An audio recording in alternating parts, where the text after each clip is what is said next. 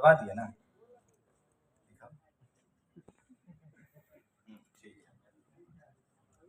तो सब लोग अपने लिए ताली बजाइए। और जितने लोग आप लोग हैं सब जगे हुए लोग। जो सोया हुआ हमारा समाज है वो अभी भी बहुत खो रहा है। जो जगे हुए लोग हैं वो SP, DM, collector, CM, PM बन रहे हैं। अगर हमारा समाज जग जाता तो वो मजदूर नहीं, अधिकारी और कर्मचारी, चीफ मिनिस्टर, डीएम, एसपी होता। तो हम लोग का काम है जगाना। तो जो भी लोग all India backward classes federation नई दिल्ली, ये जो कार्यक्रम है, इस कार्यक्रम को समझिए। और आपको लग रहा होगा कि मैं यहाँ टाइम क्यों वेस्ट कर रहा हूँ। ये जो टाइम आप यहाँ दे रहे हैं बैठे हुए हैं, ये आपके बच्चों के भविष्य के लिए है कि वो कैसे कलेक्टर बनेगा, कैसे एसपी बनेगा, डीएम बनेगा। माइक में प्रॉब्लम है। कैसे SP, DM, collector, CM, PM बनेगा। आप लोग क्या चाहते हैं? आपका बच्चा अमीर बने, अधिकारी बने, कलेक्टर। अब तो गाना भी बना है कि बबुआ हमारा डीएम हुई है, सीएम हुई है, पीएम हुई है, बना है ना गाना। तो ये कैसे होगा? खेती बाड़ी तो हमारे बाप दादा भी करते थे, उनके बाप दादा भी करते थे। मजदूरी हम ही करते हैं। इस देश में 90% मजदूर कौन है? जिसको बाबा साहब ने SC ST OBC कहा है, अल्पसंख्यक कहा है और किसान कहा है। कलेक्टर, सीएम, पीएम कोई आज की बात तो है नहीं। जो लोग आज हिंदू मुस्लिम कर रहे हैं उनसे पूछिए कि मुगल के दरबार में भी नवरत्न होता था। तानसेन, बीरबल, टोडरमल, तो ये सब कौन लोग थे? इनके बारे में पता कीजिए। अंग्रेजों के समय में भी लोग कलेक्टर, एसपी बने हैं, डीएम बने हैं। कौन लोग थे? और इस देश में जिनको SC ST OBC बाबा साहब ने कहा है, हमारे जो पुरखे हैं, टीचर, आप लोग अपने अपने घरों में देखिए। आपके घर में कोई टीचर, कलेक्टर, एसपी, डीएम कब बना? जब भारत का संविधान लागू हुआ। जब मनुस्मृति लागू था तो मंदिर, मस्जिद, पूजा, गिरजाघर सब था। धर्म आज का नहीं है, बहुत पुराना है। और हमें किसी धर्म से कोई आपत्ति नहीं है। हम लोग सभी धर्मों का सम्मान करते हैं। कोई हिंदू हो, मुस्लिम हो, सिख हो, बुद्धिस्ट हो, सभी धर्मों का सम्मान है। जिनको जहां पूजा करना है, जहां जो उपासना है, उससे मेरा कोई लेना देना नहीं है। हम लोग जो ये लड़ाई लड़ रहे हैं, मोटा मोटी कहूंगा, देश को मजबूत करने की, अपने घर परिवार को मजबूत करने की, अपने समाज को मजबूत करने की। कोई गुनाह है? अच्छी बात है। तो मैं शुरुआत करूंगा देश की मजबूती से। आज आतंकी हमला हुआ पहलगाम में, निर्दोष लोग मारे गए। आज के डेट में बताइए कोई युद्ध कैसे जीतेगा कोई देश? कोई चीन पर हमला कर सकता है? कोई अमेरिका पर, इजराइल पर? दुनिया में आज वही देश सुरक्षित है जिसके पास विज्ञान है, जहाज है, राफेल है, हथियार है, रडार है। और हमारे वाले क्या कर रहे हैं? गोबर पोत रहे हैं। अगर संविधान न लागू होता और इतना स्कूल, कॉलेज, यूनिवर्सिटी और विज्ञान न खुलता और हमारी सेना न मजबूत होती तो पता नहीं कौन कौन हम पर कब्जा कर लेता। तो आज लड़ाई, जो लोग तलवार आपको उठाने के लिए कह रहे हैं धर्म के नाम पर, जो हिंदू मुस्लिम कर रहे हैं, जो जाति के नाम पर हिंसा कर रहे हैं, वो देश को कमजोर कर रहे हैं। अब तलवार से लड़ाई नहीं होगी, फरसा से लड़ाई नहीं होगी। अब जहाज का जमाना है, गोली बंदूक का जमाना है। तो ये कैसे आएगा? ये तो विज्ञान से आएगा। आज जब लड़ाई होगी, युद्ध होगी, तो कौन बचाएगा हमको? हमारी सेना, तकनीक, विज्ञान? इस पर कोई बात ही नहीं हो रही है। आप लोगों की नैतिक जिम्मेदारी है कि जो लोग इस देश में धर्म के नाम पर हिंसा कर रहे हैं, उनके साथ नहीं होइए और उनको समझाइए कि तुम मुझे बताओ, अगर चीन ने हम पर हमला किया तो हम कैसे बचेंगे? पाकिस्तान ने हम पर हमला किया तो हम कैसे बचेंगे? उसे पूछिए, मुंह चियार देगा। वो दरअसल हिंदू मुस्लिम करके सीएम पीएम बनना चाहता है। उसको पता है कि हम अल्पसंख्यक हैं, 10% हमारी वोट है मनुवादियों की। उनकी पहचान है। जैसे चोर चोरी करे तो उसको चोर कहते हैं, डाकू डाका डाले तो उसको डाकू कहते हैं। जो जाति और धर्म के नाम पर नफरत फैलाए उसको हम लोग मनुवादी और जातिवादी कहते हैं। जब वो बताए आपको कि मुसलमान तुम्हारा दुश्मन है, ईसाई दुश्मन है, तो उससे पूछिए कि ये तो छोटका दुश्मन है, ये बताओ चीन से कैसे लड़ेंगे, अमेरिका से कैसे लड़े। आजकल कोई किसी पर हमला कर सकता है? कर सकता है ना। चीन हमारा दुश्मन है, जमीन कब्जा कर रहा है। पाकिस्तान दुश्मन है, अभी पाकिस्तान वाला क्या कह रहा है, 140 परमाणु बम है हमारे पास। वो कह रहा है कि हम तलवार से लड़ेंगे, फरसा से लड़ेंगे। मैं मोटा मोटा बात कह रहा हूं इसीलिए क्योंकि मैं भी इसी बिहार से हूं। जब तक जिस देश के पास आज के समय में जहाज नहीं रहेगा, 6th जनरेशन स्टील्स नहीं रहेंगे, फाइटर प्लेन नहीं रहेंगे, विज्ञान नहीं होगा, वो देश नहीं लड़ सकता है और नहीं जीत सकता है। तो जब भी कोई आपको धर्म के नाम पर और जाति के नाम पर लड़ाने के लिए कहे, उसे पूछिए कि बड़का दुश्मन से कैसे बचोगे, ये बताओ। और जिस देश में विज्ञान आएगा, ज्ञान आएगा, वो देश मजबूत होगा। ये जितने लोग आस्था और अंधविश्वास में अंतर है। आज पाकिस्तान की हालत क्या है, हमारे सामने कहीं टिकेगा? क्यों?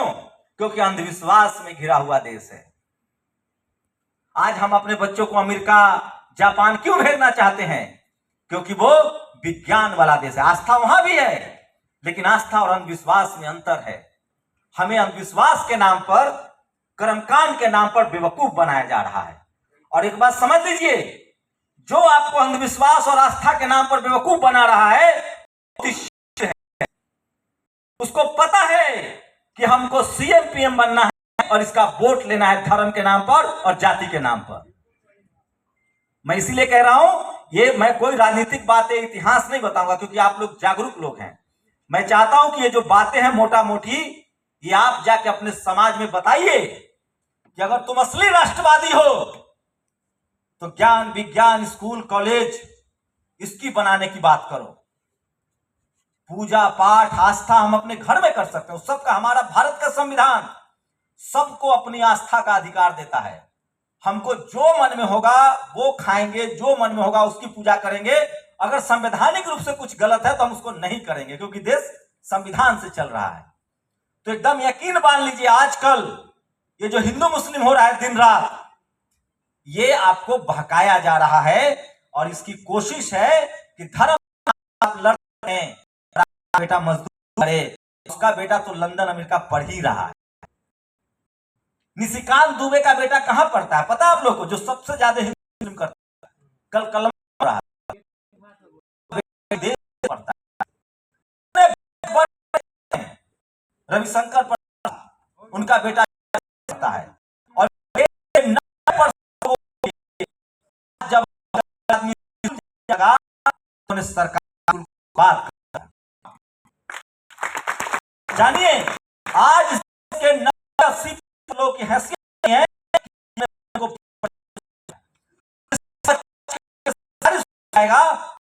मजदूर जाएगा, IIT में नहीं पहुंच पाएगा।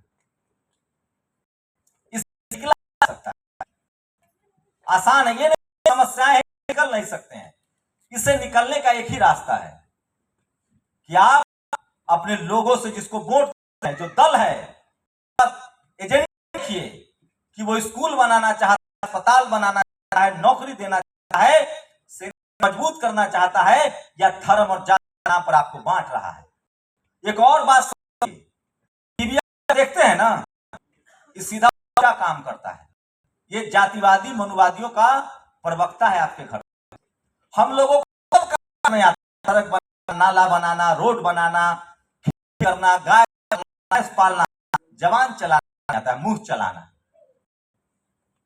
टीवी अखबार पढ़ रहे हैं, देश में मनुवादियों का ये लोग है, ठीक उल्टा बोलता है। जो पार्टियां, जो दल जाति के खिलाफ लड़ रहा है, उसी को तो जाति है।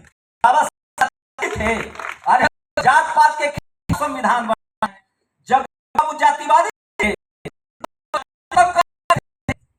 इस देश में जितने शोषित वंचित समाज के लोग हैं, जिनको जाति कुव्यवस्था, वर्ण कुव्यवस्था में नीचे रखा गया है, वो सब जातिवाद के खिलाफ लड़ रहे हैं। जातिवादी तो वो है जो ऊपर बैठ के मलाई खा रहा है। तो जब कोई कहे कि मायावती, लालू यादव, नीतीश कुमार, जगदेव बाबू सब कहता है ना कि सब जातिवादी पार्टी है, यादव की पार्टी है, कुर्मी की पार्टी है, कुशवाहा की पार्टी है, ये सबसे बड़ा झूठा है।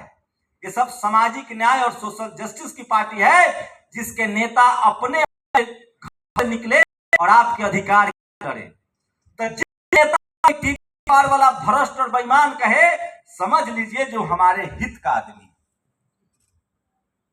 इतना तो समझ गए। हम लोग के साथ बहुत बड़ा छल हुआ। यूपी में मायावती थी, अखिलेश यादव थे, बिहार में लालू यादव थे। हम ही लोग के दिमाग में बैठा दिया टीवी अखबार वाला कि सब भ्रष्ट, लोगों ने मान लिया और हम लोगों ने धर्म के नाम पर बोलना शुरू कर दिया और नतीजे के सामने है। बेरोजगारी बढ़ रही है, हिंसा बढ़ रही है, गरीबी बढ़ रही है, स्कूल अस्पताल खत्म हो रहा है। आप लाचार बेबस हो रहे हैं और मजदूर का बेटा मजदूर रह जाएगा। अगर ये संविधान ना होता, ये रिजर्वेशन ना होता, तो आज हमारे सर पर कपड़ा ना होता और ये वोट की ताकत ना होती, तो ये लोग हमारे सामने जो 5 साल पर घुटना पकड़ता है वो भी ना पकड़ता। इसलिए बहुत राजनीति और बहुत इतिहास जानने की जरूरत नहीं है। इतिहास हम लोग का गौरवमयी था। सम्राट अशोक थे, चंद्रगुप्त मौर्य थे, घनानंद थे, बुद्ध थे। आज कुछ गलतियां हो रही है हम लोगों से। और जितने लोग हैं यहाँ, आप यकीन मानिए, आप पेड़ लगाते हैं ना तो फल आप खाएंगे, इसकी गारंटी नहीं है, लेकिन आपका बच्चा तो खाएगा। ये जो आप लोग इस हॉल में बैठे हुए हैं, रोज 2-2 घंटा निकालिए और लोगों को समझाइए कि अगर ये वोट की ताकत ना होती तो तुमको मजदूर और मजबूर रखा जाता। कभी सोचे हैं इस देश का SC ST OBC ही मजदूर क्यों है? वो कलेक्टर, SP, हाईकोर्ट, CM में DM क्यों नहीं है? वो जज क्यों नहीं है हाईकोर्ट, सुप्रीम कोर्ट में? आप व्यापारी क्यों नहीं है? एक भी इस देश का शोषित वंचित समाज का लोग 1000 करोड़ का व्यापारी, 2000 करोड़ का व्यापारी नहीं है।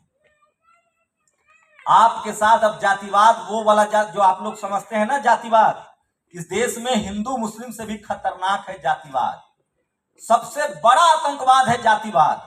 हर साल 50,000 दलितों पर अत्याचार होता है और जाति आतंकवाद में तो गोली मारता है, ये लोग तो रेप करता है, आपके बच्चों का नंबर काटता है। अभी UPSC का एक रिजल्ट में भी देख रहा था, 441 के बाद सिर्फ SC ST OBC है। सोचिए, 441 नंबर के बाद रैंक में 1 नंबर से लेकर और 441 रैंक देखिए, जनरल भरा हुआ है ठूस ठूस के। मतलब सब IAS, IFS और IPS बनेगा। और 441 के बाद SC ST OBC ठूसा भरा पड़ा है। मतलब आपको ग्रुप A, ग्रुप B में जाने देंगे। और तो मजबूरी है कि 49% रिजर्वेशन है, 49.5%। अगर ये रिजर्वेशन ना होता, जो SC ST OBC के लोग समझ रहे हैं कि हम बहुत मेरिट के दम पर आ जाते हैं, अगर ये 49% रिजर्वेशन ना होता तो इस देश में जनरल कैटेगरी की आबादी कम से कम 15 से 20 करोड़ है। आप कहीं लिस्ट में नहीं आते, सारा मेरिट आपका धरा का धरा रह जाता। 177 नंबर एवरेज है, एवरेज OBC और SC ST का इंटरव्यू में 200, और जनरल का 180 एवरेज है। एवरेज बता रहा हूं। इतना महीन ये लोग जातिवाद और बेईमानी करता है। तो अब जातिवाद वो वाला नहीं है कि गन्ना तोड़ लेंगे, बकरी छेक लेंगे, आम तोड़ लेंगे तो जाति मारेंगे उसको बांध के, बैर तोड़ लिया मेरा। ये सब जातिवाद हम लोग के साथ होता था, आज भी होता है, लेकिन ऐसा जातिवाद करने वाला मूर्ख नहीं, महामूर्ख है। और ये जातिवाद ज्यादा कौन करता है? ज्यादातर OBC की किसान जातियां करती है। और क्या नतीजा है? वो SC ST एक्ट में जेल जा रहे हैं। ऐसी जातिवाद किसान कम्युनिटी के लोग कर रहे हैं। गन्ना तोड़ लिया, बकरी छेक लिए, गाय बांध लिए, भैंस बांध लिए। ये मोटा जातिवाद है। ऐसा करने वाला जेल भी जाएगा और उसको नुकसान भी होगा। अब महीन जातिवाद हो रहा है। जब दलित, पिछड़े, किसान, आदिवासी के बच्चे कॉलेज यूनिवर्सिटी में जाते हैं, जहां मालदार नौकरी है, जहां मान सम्मान है, IPL खेलने वाले अपने बच्चा को भेजिए, देखिए आपके साथ क्या होता है। 5 साल तक आपके बच्चा से पानी ढोवाएगा। जाइए जिस देश के टॉप सेंट्रल यूनिवर्सिटी में, आपकी दुर्गति कर देगा। जज साहब बताएंगे बैठे हुए, हाई कोर्ट सुप्रीम कोर्ट में गलती से जज बन गए तो नौकरी बचाते बचाते जिंदगी खत्म हो जाएगी। नौकरी पा लेना आसान है, जीवन भर नौकरी करना बड़ा मुश्किल है। और सबसे ज्यादा जातिवाद का अड्डा है कि टीवी अखबार। जब तक इसका बायकॉट नहीं कीजिएगा आपकी दिशा दशा नहीं बदलेगी। ये बहुत शातिर लोग हैं। आज देश संकट में है, किनकी वजह से? मैं तो ये कह रहा हूं, किसी ने कहा है, कांग्रेस के जमाने में कहा है कि देश में चुनाव है इसीलिए सीमा पर तनाव है। कांग्रेस के समय यह सब हो रहा था, आज नहीं होगा इसकी क्या गारंटी है? जिसने पुलवामा करवाया है उसी ने पहलगाम करवाया है। अब आप लोग सोचिएगा कि कौन करवाया है? अब दीजिए मुंह तोड़ जवाब। ये जातिवादी लोग जो हैं आजकल, हिंदू मुस्लिम जो करते हैं, उनसे पूछिए कौन मुसलमान कह रहा है कि पाकिस्तान के साथ है? हम तो भारत के साथ हैं। वो तो बाई चॉइस भारतीय हैं। करो हमला पाकिस्तान पर, कोई रोके हुए है? आप लोगों को पिछले 10-12 सालों से, और बिहार के लोगों को तो जातिवादी कहा जाता है। काहे? क्योंकि यहां लालू यादव, नीतीश कुमार दलित पिछड़ों की सरकार है, अल्पसंख्यक मंत्री होते हैं। इसीलिए कहा जाता है कि बिहार यूपी में तो जाति के नाम पर वोट होता है। अरे जाति के नाम पर वोट होता नहीं है, यहाँ जातिवाद के खिलाफ लड़ाई है। इसलिए आप लोग जो लोग हैं, ये जागरूक लोग हैं, और ये लड़ाई अमीर बनने की, इज्जत की है। बढ़िया कपड़ा, बढ़िया गाड़ी। अगर आपको गरीबी से निकलना है, लाचारी और बेबसी से निकलना है, तो आप संविधान का पूजा करना शुरू कर दीजिए, पढ़ना शुरू कर दीजिए, और आप बाबा साहब के विचारों को चलना शुरू कर दीजिए। देखिए आप अंधविश्वास से दूर हो जाएंगे, कर्मकांड से दूर हो जाएंगे, पढ़ाई लिखाई, स्कूल, अस्पताल। इस देश में जिनको जाति के नाम पर सबसे नीचे धकेल दिया गया था, उन लोगों ने सबसे पहले आरक्षण लिया, संविधान को अपनाया। आज दलित समाज SC ST collector SP DM भी बन रहा है। पिछड़ा समाज जैसे जैसे संविधान को अपना रहा है, जातिवाद से दूर हो रहा है, स्कूल, कॉलेज, अस्पताल का रास्ता पकड़ रहा है, वो भी अमीर हो रहा है। ये लड़ाई किसी को नीचे दिखाने की नहीं है, ये लड़ाई इस देश को मजबूत बनाने की। 90% लोग जिसको बाबा साहब ने SC ST OBC कहा है, अल्पसंख्यक कहा है, किसान कहा है, क्यों कहा? क्योंकि इस देश में लोगों को जाति के नाम पर बांट दिया गया। जो मेहनत करने वाले लोग थे, लकड़ी का काम, लोहे का काम, चमड़े का काम, खेती, किसानी, गाय, मवेशी, उन सब लोगों को इन जातिवादी मनोवादियों ने कहा कि ये छोटी जाति के लोग।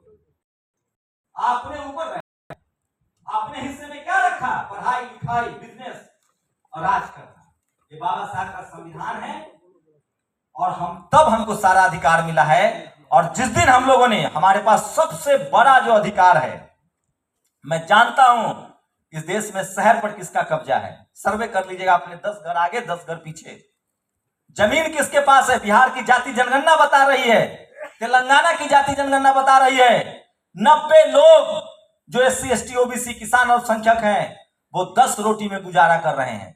90 लोग 10 को रोटी में मिल के खा रहा है, और 10 लोग 90 रोटी का मजा ले रहा है, पेट फुलाए घूम रहा है।